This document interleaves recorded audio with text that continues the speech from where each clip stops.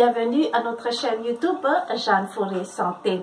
Aujourd'hui, nous allons parler d'un sujet très délicat qui est un problème immense dans la société qu'il faut voir de près pour résoudre le problème. Il s'agit de comprendre et résoudre les conflits entre les femmes dans la société, dans une entreprise. La femme est un loup pour la femme. C'est un livre qui est écrit par Pat M. et Susan Murphy, qui sont des Américaines. Ils sont consultantes en management depuis une vingtaine d'années dans les plus grandes entreprises et comme Microsoft, Procter & Gamble, General Motors, institutions comme les Federal Reserve Bank, US Army et les associations comme American Medical Association, American Association of University. Ce sont deux spécialistes de la relation entre femmes et hommes. Quel est le pire ennemi de la femme qui lui mettra le plus d'embûches dans ses chemins? C'est surtout les femmes. Et qui peut le plus rabaisser aux yeux des autres? Ce sont les femmes. Ce ne sont pas les hommes. Donc, dans le travail, les femmes entrent beaucoup plus souvent en conflit avec les autres femmes qu'avec les hommes. C'est pareil dans la société en général.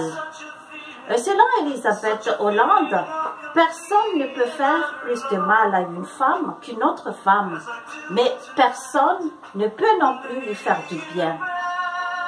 Selon Pat M. et Susan Murphy, elles ont fait des études sur 50 000 personnes pendant un an dans plus de 100 entreprises. Elles ont trouvé les mêmes problèmes au bureau.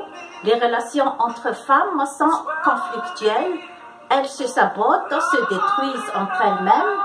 Elles se sabotent et font courir des rumeurs sur le compte des unes et des autres. Qu'est-ce qu'un crépage de chignon? La signification directe, c'est l'image de la femme qui s'entre-déchire, toute griffe dehors. Indirectement, cela signifie interaction négative entre femmes au travail. Les femmes n'utilisent pas la violence physique en général, mais la violence psychologique. Comme par exemple snobber quelqu'un, faire comme si elle n'existe pas. Toutes ces stratégies peuvent nuire une ambiance au travail et de société. Les conflits de femmes ont un coût. C'est pour cette raison que les chercheurs ont fait des analyses.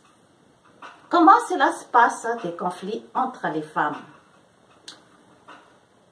Par exemple, le commérage, parler derrière le dos de quelqu'un, répandre des rumeurs et divulguer des secrets, les insultes et insinuations, le sabotage, par exemple aussi les sabotages par les réseaux sociaux. Quelles sont les origines des conflits entre les femmes?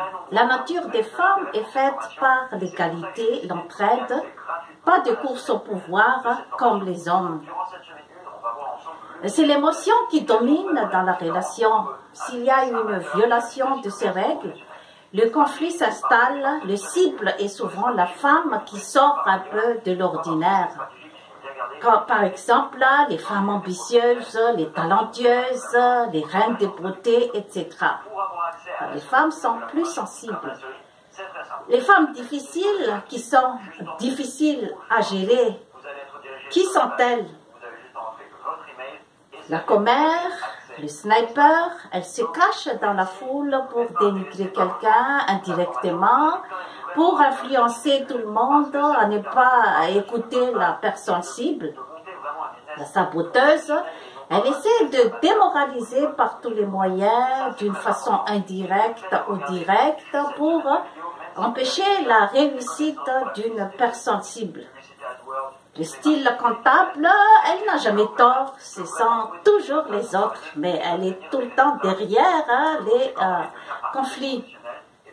La reine des cabales, son objectif est de mettre le plus de gens possible de son côté dans un conflit avec une autre femme, de manière à lui infliger le plus de dommages pour avoir l'estime de soi. La méga garce, c'est un type de femme difficile et rare qui pèse lourd dans la société par sa capacité de destruction.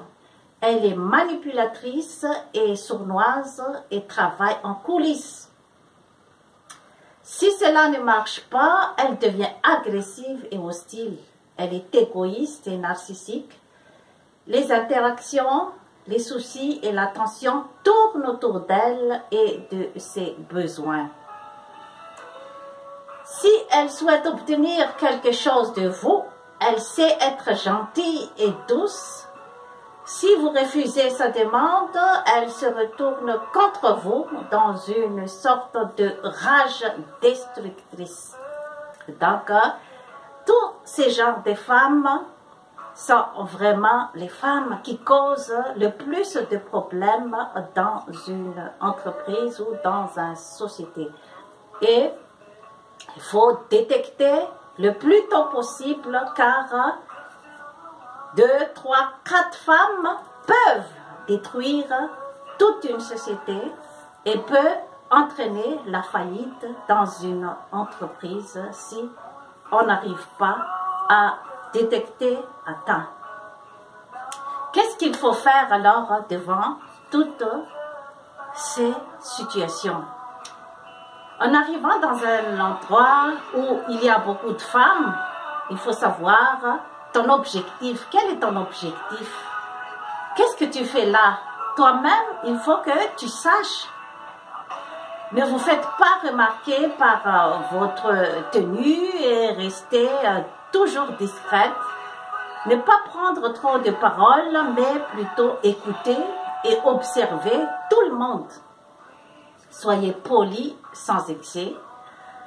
Si vous êtes confronté à une situation d'agression, il faut faire face et détecter la source et parler calmement avec la personne. Si ce n'est pas résolu, là, vous allez collecter toutes les données concernant votre agression qui était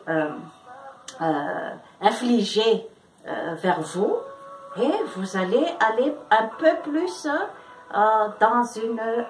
voir une personne un peu plus compétente pour régler le problème.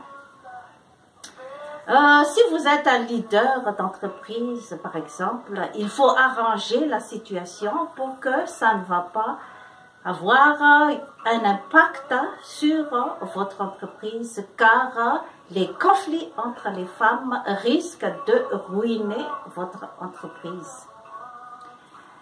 Donc, il faut toujours voir le rendement.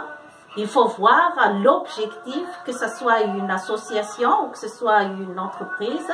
Il faut voir de près c'est quoi votre objectif. Donc, il faut donc quelqu'un, un bon leader, pour arranger la situation le plus vite possible. Donc, les femmes peuvent faire du bien dans la société et les femmes peuvent également faire du mal jusqu'à vraiment ruiner une société ou une entreprise. Donc, c'est à nous de réfléchir dans ce cas. Sur ce, je vous remercie de votre attention, chères mesdames, mesdemoiselles et messieurs. Et abonnez-vous à notre chaîne YouTube Jeanne Forêt Santé et likez. Bye.